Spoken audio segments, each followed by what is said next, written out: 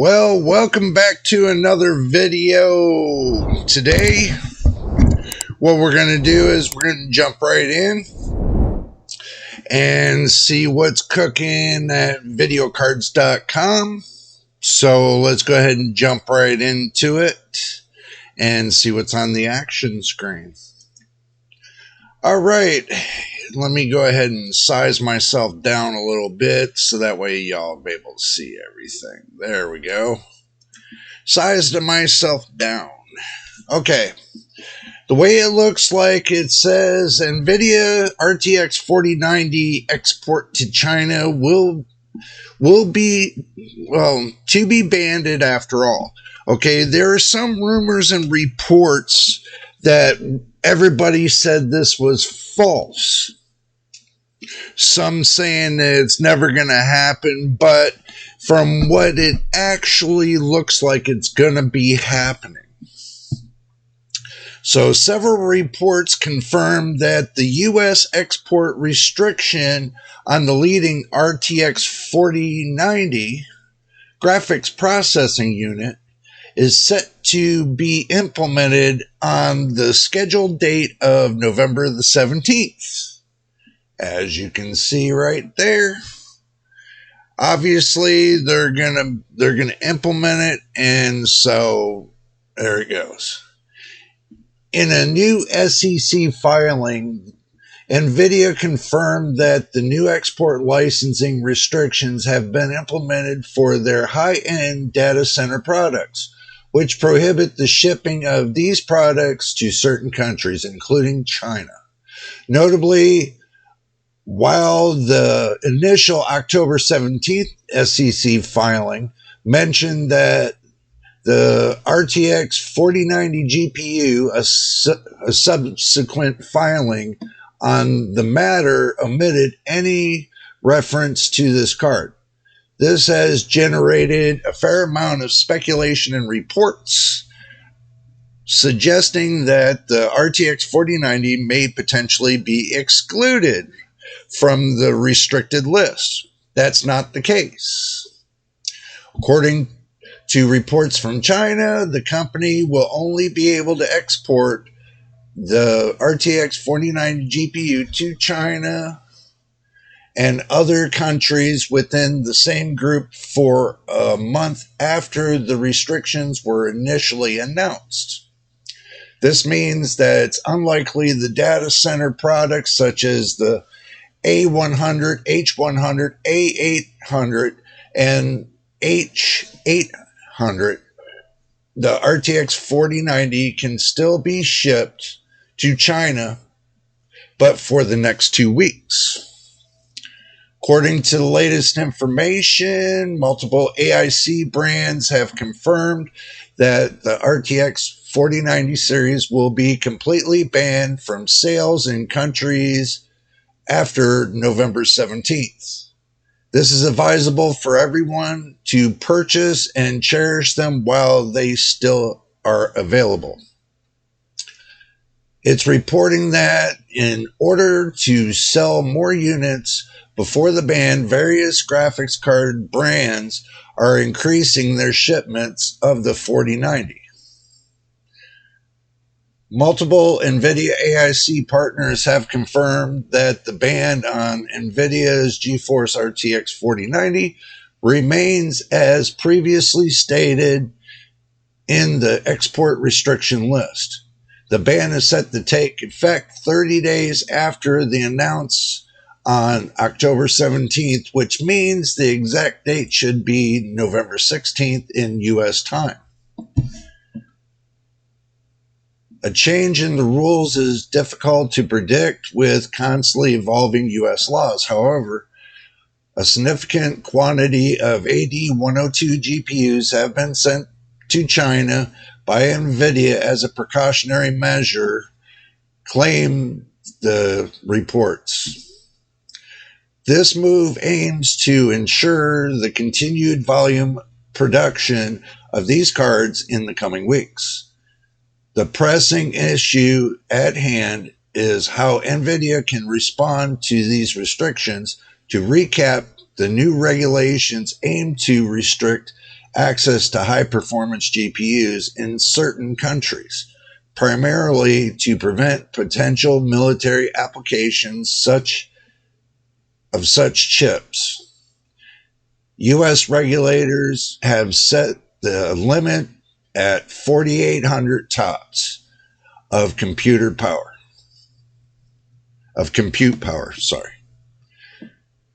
which encompass all processing capabilities. Consequently, the RTX 4090 and most 8102 base cards have been banned for exports. So, moving on down the road. One of the potential course of actions for NVIDIA is to adjust the compute power to comply with the new criteria or release a BIOS update that reduces certain capabilities. Notably, NVIDIA previously implemented a light hash rate limit on their RTX 30 series for crypto mining. But that limitation was eventually bypassed. NVIDIA is also expected to launch a new RTX 40 Super series sometime early next year. But thus far no report were given on potential RTX 4090 update. Wow. So when it comes down to it, oh booger. When it comes down to it,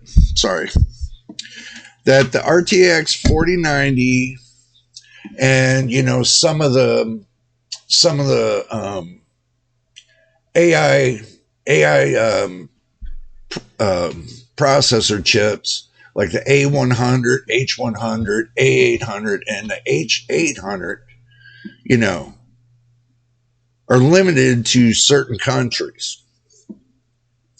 Not to foresay that they can't. Now, something tells me they're not totally up and out of the game yet, because there are certain countries they can sell to and then turn around, and those countries can turn around and sell to China. So it's like one hand washes another. It's not like they can't do that.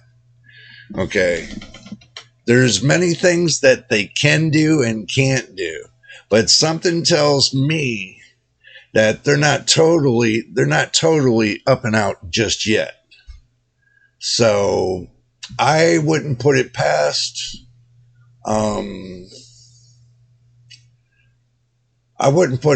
total of anything, about that. So, give it time. There will be,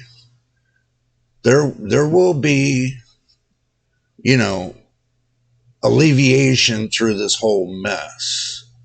But from what I'm seeing right now is that they're going to be, blocked from selling to those countries.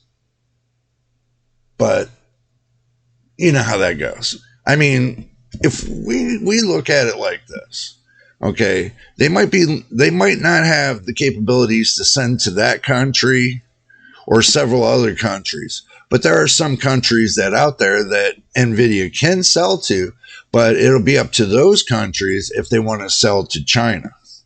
So they're not totally, up out of the game. And I'm sure China can order through different countries, and they can turn around. Those other countries can put orders into China, and they can sell, they go back and forth and have a second hand in there. But you never know.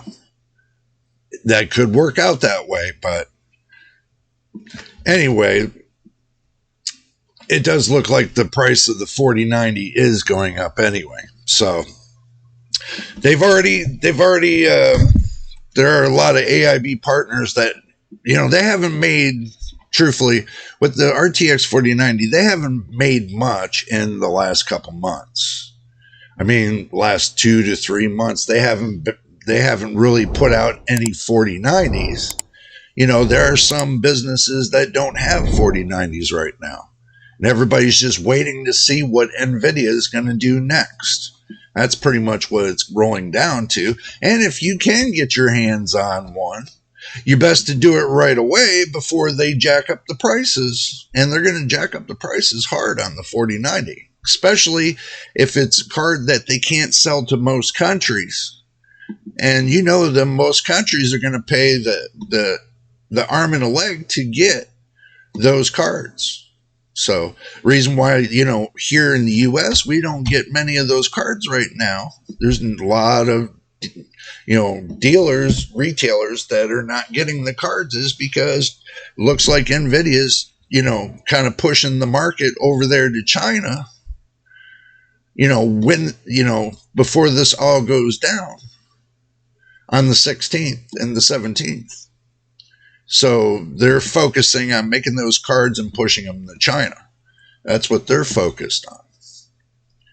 So we can see in the retail market here, we're not going to see much of it until after they get done doing all that extra transactions. So, but if you do find one here, you're going to find it marked up to at least $100 more. So do expect it to be marked up, so. But on other news, let's see what else was cooking today. Alrighty, it looks like that AMD strict points is coming mid-2024. Halo moves to 2025. Moore's Law is dead provides an update on the AMD Ryzen APU deployments. Okay, latest video discussed recent leaks and reveals AMD's internal plan for the upcoming Zen 5 processor. This is a focus on APUs, iGPUs, APUs, or its desktop processor and laptops. So if you're wondering what's going on with that. So this plan focuses on APUs that include integrated graphic architecture like RDNA 1, 2, or 3.5. Oh, they got RDNA 3.5. They just put out RDNA 3, but minus the, what do you call it? The anti-lag kind of thing. Additionally, certain future architectures may incorporate AI accelerators known as XDNA 1 or 2. Roadmap shows different performance segments that AMD aims to address with their upcoming Zen 4 and Zen 5 architectures in 2024. The Dragon Range architecture designed for high-performance gaming systems will be the prominent AMD choice in the market. The roadmap doesn't indicate any updates or for the following year, but in 2025, the Fire Range series will introduce the latest Zen 5 architecture. More interesting are the Strix series, namely Strix Point and Strix Halo, known as the Starlink APUs. The formerly is a proper successor to the Phoenix, which was expected sometime early next year, as AMD has released new series, typically around that period of the year. While it is a fact that at CES, AMD usually made the announcements, the actual launch typically shifted to the following months. And that's what the roadmap is possibly showing. And this was posted from Moore's Law is dead. The roadmap right there. So, kind of interesting. According to the roadmap, Strix Point features Zen 5 CPU cores and RDNA 3.5 GPU cores combined with XDNA 2 AI cores with sometime launch in mid 2024. And make sure you got your drink and snacks because that's a good launch too.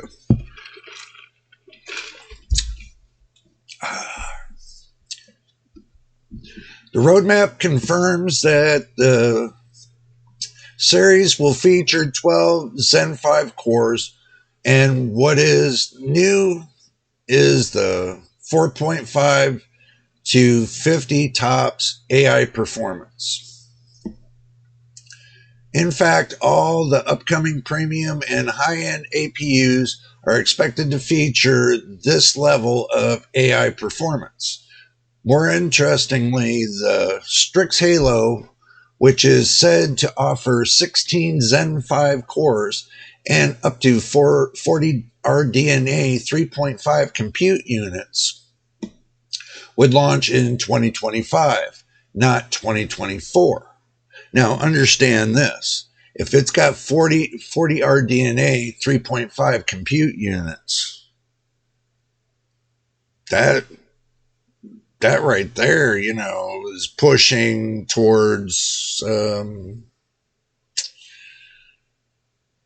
would have to say that's kind of pushing towards a 3080, discrete graphics card. But this means that the new APU segment defined by AMD as Elite Experience will not launch next year.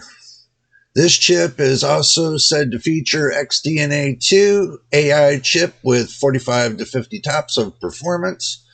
Reasons for the increasing the AI performance is most likely a new requirement for the Windows 12 operating system. Wow, which is said to be around 50 tops, as mentioned by other leakers. Okay, wow. So Windows 12, now looking at the Windows 12 operating system, they're looking at these APUs for that? Wow. So you would hope that when they give you integrated graphics, they give you some kind of level of performance. These sound like that they're just going to be for the laptops. This doesn't sound like desktop to me. They're kind of, provisioning for the fact of doing the laptops for next year and the following year. But what they're looking forward to is 2024 to 2025. They're looking for Windows 12 operating system to be coming out. So that gives us kind of a spicy move to where Microsoft's going to be making that move towards, 2024 and 2025, be bringing out Windows 12 operating system. Now, if NVIDIA moves forward in doing the ARM CPUs and AMD moves forward to do the ARM CPUs, the ones that, Apple uses, somewhat in that similar sense, then it might be a big difference that, with that chip, it might turn things around for AMD and NVIDIA. But the gaming experience, from what I'm hearing on the MacBook Pro 3, I'm hearing that the gaming experience is extraordinary on that. A lot better than what we're getting now off of the 7000 series and the highest GPU you got for between Intel, AMD, and NVIDIA, So that's what I'm hearing. I have a friend and I'm going to take y'all on a little story here. I have a friend that has one of those new MacBooks. I think he said he spent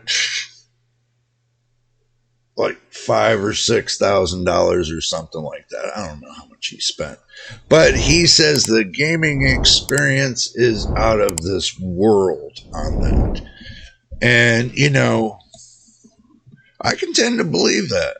I could really tend to believe that. He probably has got it all souped up and ready. It's just totally souped up and everything else.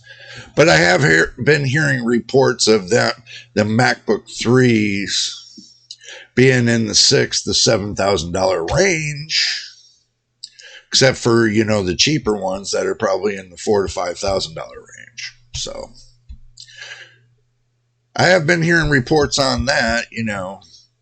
Also too that what's going to come to the market is probably not going to be cheap either, because you're probably going to be, if you get a consumer marketed one, you're probably going to be looking at $2,000 to $3,000 minimal on them, because of the way its design is. And I know how Apple is, especially if they're charging you almost $2,500 for an iPhone.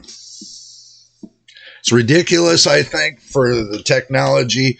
I mean, that's basically, if you have 1 million people buying $2,500 iPhones, what is that, $2.5 billion? Something in between there.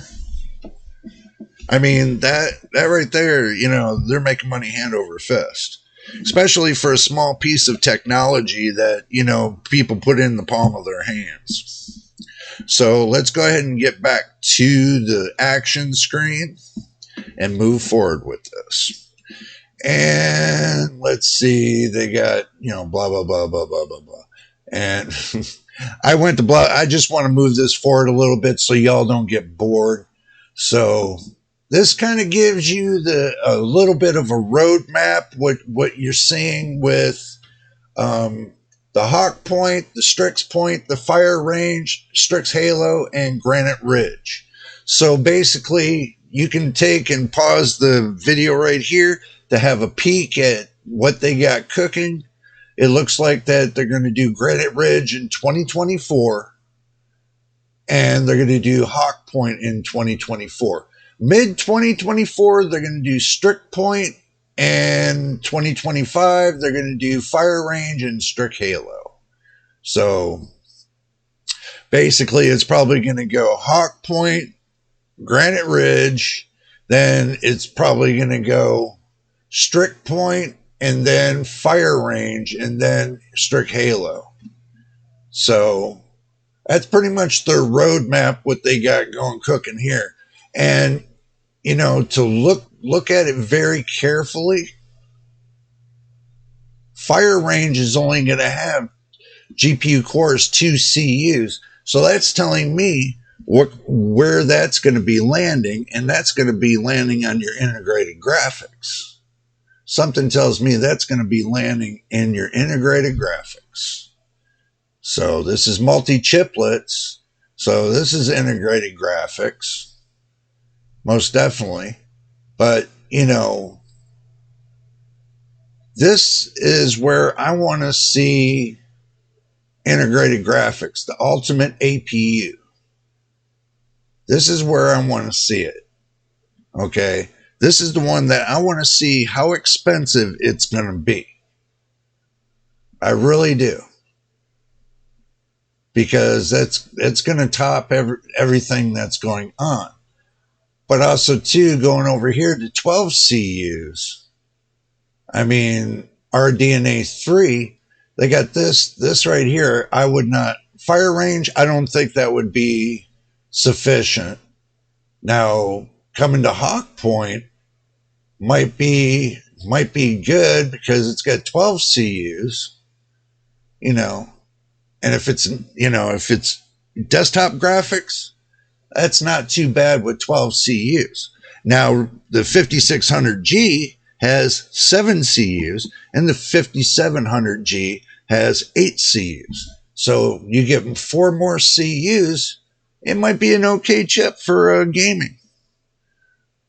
Now, 16, that might be better for you because now It's got a 4x. It's got a 4x Zen 5, and it's got an 8x Zen 5C, 16 CUs. It's only between 28 and 54 watts. So if they bring that to desktop, that would be something. You know, if you're still into integrated graphics, that would be something. That'd be something to think about. Let me get rid of that. Let me get rid of that. And let's go back to the desktop. Okay, final thoughts.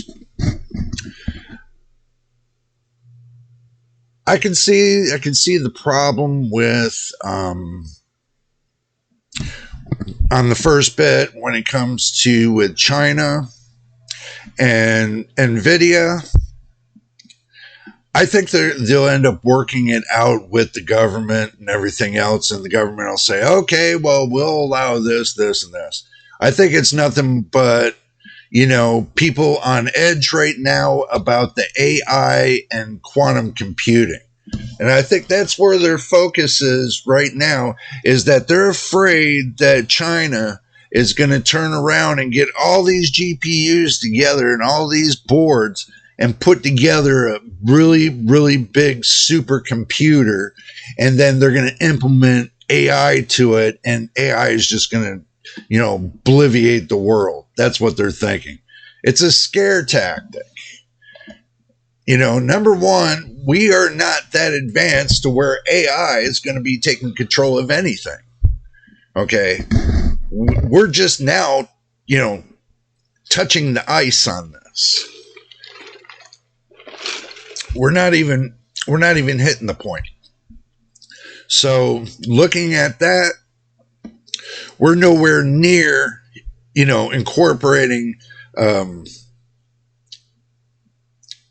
supercomputers to AI. We're nowhere near being that yet. It's still going to take at least 10, 15 years before we're even touching the cusp of it. But we're just touching the ice right now. We're not even into, you know, the formation and, you know, the oblivious, you know, thinking that, you know, AI is going to be thinking on its own. Okay, we're still not there yet, and AI still can't think on its own. Some people are claiming it does, but, you know, that's limited. It's very limited. Like I said, it's just touching the ice. It's not to where they already got AI out there and AI comes knocking on your door saying, hey, my name's Jada Jada, and how are you today? I'm here to be selling you something. Okay. AI is not on that forefront. It's not like it's coming to your door knocking and saying, hey, I want to sell you some pair of new shoes. It's not there yet. You know, to have its own mind and its own thinking, and it lives on its own in its own environment, which it lives in its own home. It's not there yet. So for it to have any kind of functionality like that, to recharge its own batteries, you know, to repair itself when it's needed, it's not there. You know, right now you're just taking in, you know, just they don't even have the brain assembled to where you can get the computing power for it to run solo. So you would have to put several chips together in order for it to think solo. I mean, you would have to go at least 15 to 18 processors for it to actually sit there and think on its own. And for the amount of space it's going to need, you're going to have to get into the many millions of petabytes for it to have an unlimited amount source of compute power. It's just not there. So that's just my thought. That's just my thought on it. I'm not sticking up for any countries. That's the government. They decide whatever they're doing. And we're not doing the political thing here. This is just PC politics with nvidia and the government. It's just PC politics. To me, it's real world politics for them, but to us, it shouldn't really matter. But with them banning the 4090 going to a different country, what's next? What are they going to ban for us here in the U.S.? We got to think about that too. Are they going to start banning China from sending, computer products from like AliExpress and stuff over here to the U.S.? Are they going to ban that? Which I hope not. A lot of people order off AliExpress, even though that the government is, trying to get it through customs on AliExpress, to get the products you want through customs is really a pain in the butt. I know I spent over 30 plus days just trying to get a motherboard, the RAM, the processor through customs. $125 worth of product through customs to get it here. Took over a month plus. It sucked. That's why I stopped ordering from AliExpress. And, if they come up with a better solution to where, they sell a product from AliExpress and, you get it from point A to point B without having any issues with customs and everything else, then I don't see a problem. Which it shouldn't be a problem through customs anyway, because the board that I bought was the X99. X99 ain't crap. It's a server motherboard. I was thinking I was going to do a server build, not a NAS build, just a regular server build to where I'm just using Windows operating system and just point to point transfers. That's it. Just hard drive point to point transfers. Nothing else. Just for storage and nothing else. So that if I do that, then I will take you all along with me and we'll do the build for the future. That was the whole purpose of the sleeper build, is because I can get 4 to maybe 6 hard drives in there, and be able to do it as a server using the 5600G, which is now EOL. Basically, you can't get any driver updates for it. That's what I put on the last video to y'all, was AMD discontinuing the driver updates for the APUs for your 5600G and your 5700G. So, which sucks because they didn't leave no notification to nobody, no nada. That really sucked. Because I have a warranty on it and I still got 4 years to go. And, that kind of made me upset that, AMD that, is still selling the product on Amazon, Newegg, and all that, they're not making good for it. So basically, you got an end-of-life processor that's still being sold on the market,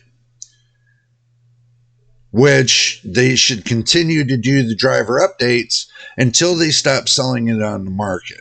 That would make common sense. Not unless, and I told you I was going to leave that video open for a new video if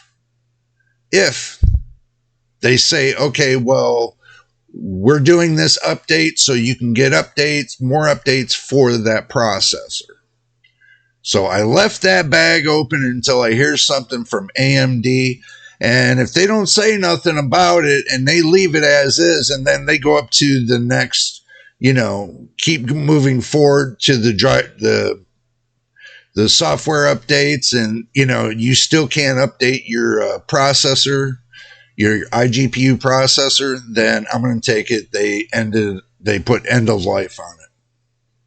And then everybody that buys the 5600G will find out on the market that, if they sell it to you for $100, don't buy it for $100. If they end of life the damn thing, you buy it for $50 or $40. That's all it's going to be worth, especially if you can't get driver and software updates for it, because the integrated graphics ain't going to do you any good now. Especially if they start updating the games and everything else, you're just going to have a mess. Okay, now moving forward from the NVIDIA thing to the AMD thing, that's where I kind of slid it from, because of the new APUs that they say they're going to be coming out with, ones with 12 CUs and ones with 16 CUs.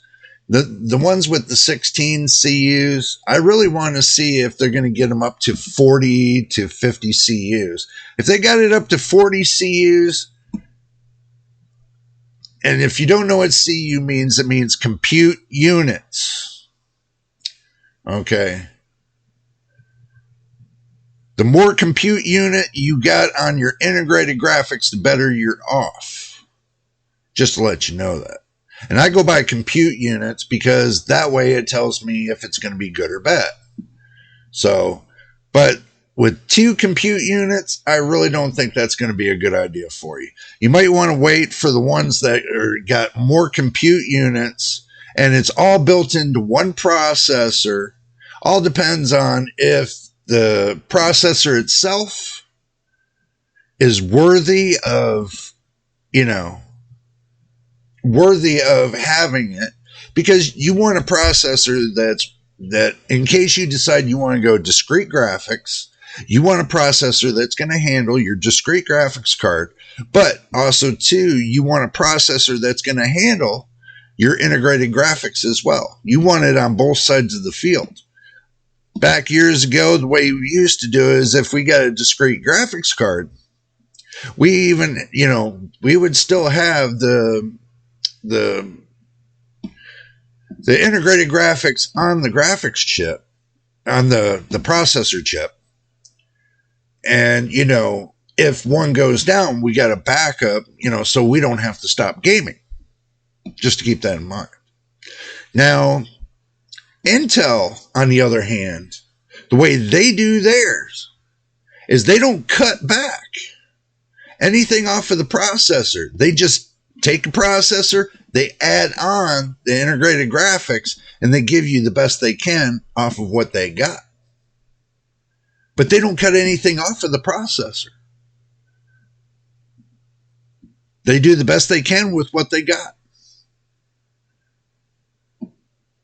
The advantage in that is it depends on if the graphics they put on there is going to be worthy enough. If it has enough cores and enough, it has enough cores and basically it has enough compute units, then you would be better off.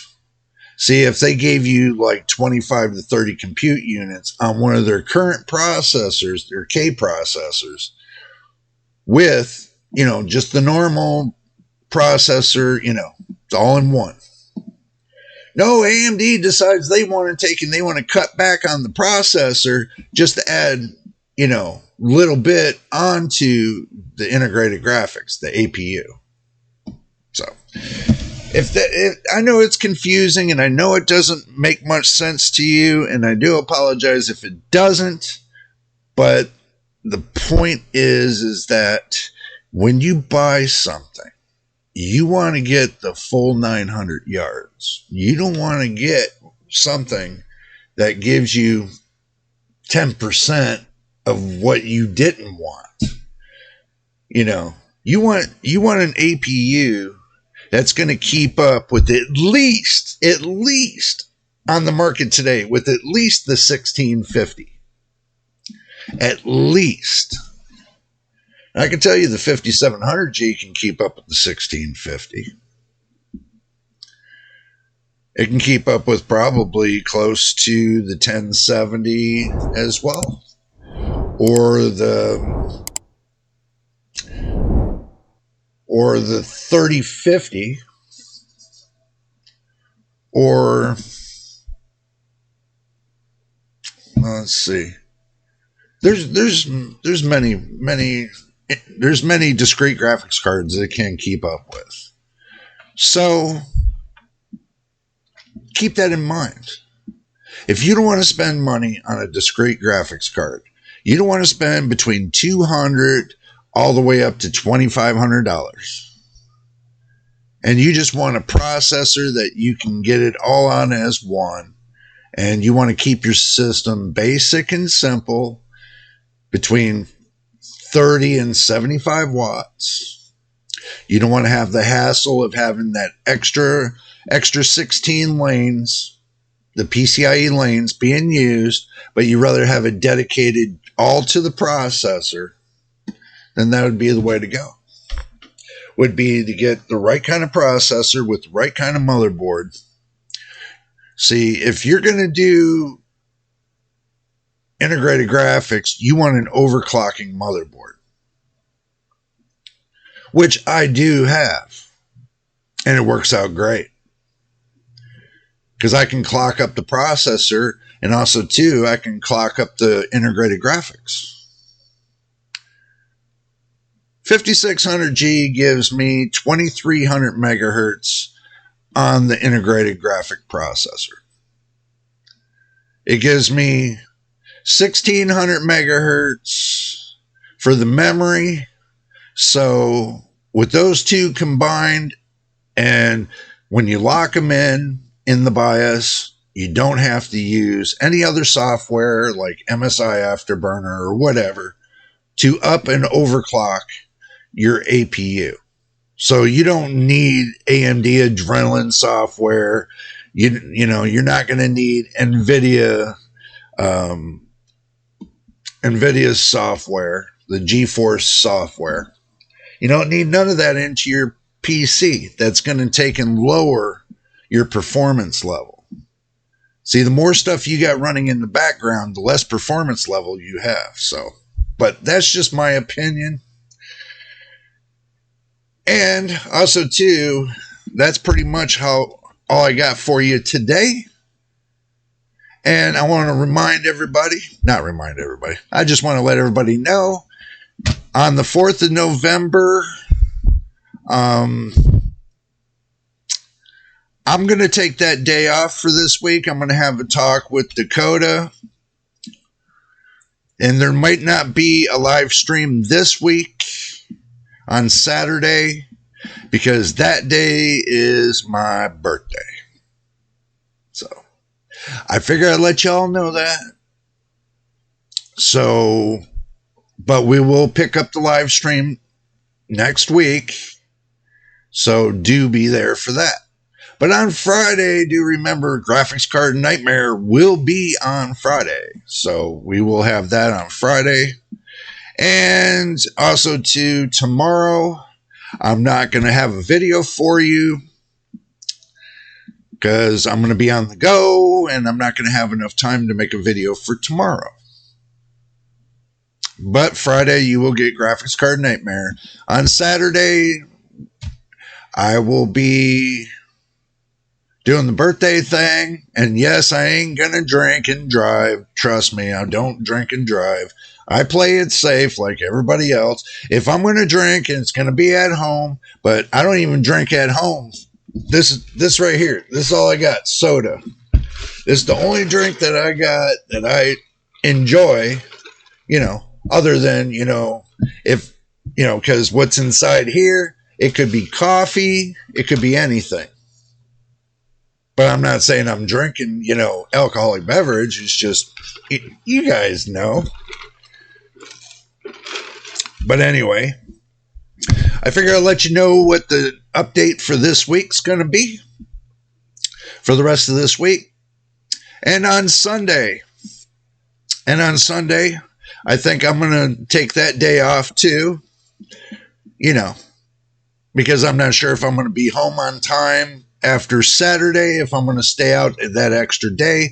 I want to be able to stay out that extra day for my birthday. So, but we will pick it back up, hopefully, after Sunday. We'll pick it up on Monday. So, do expect me after Sunday on Monday. So, this is the way the schedule is going to work for this week. Thursday, we're not going to have a video. Friday is Graphic Card Nightmare.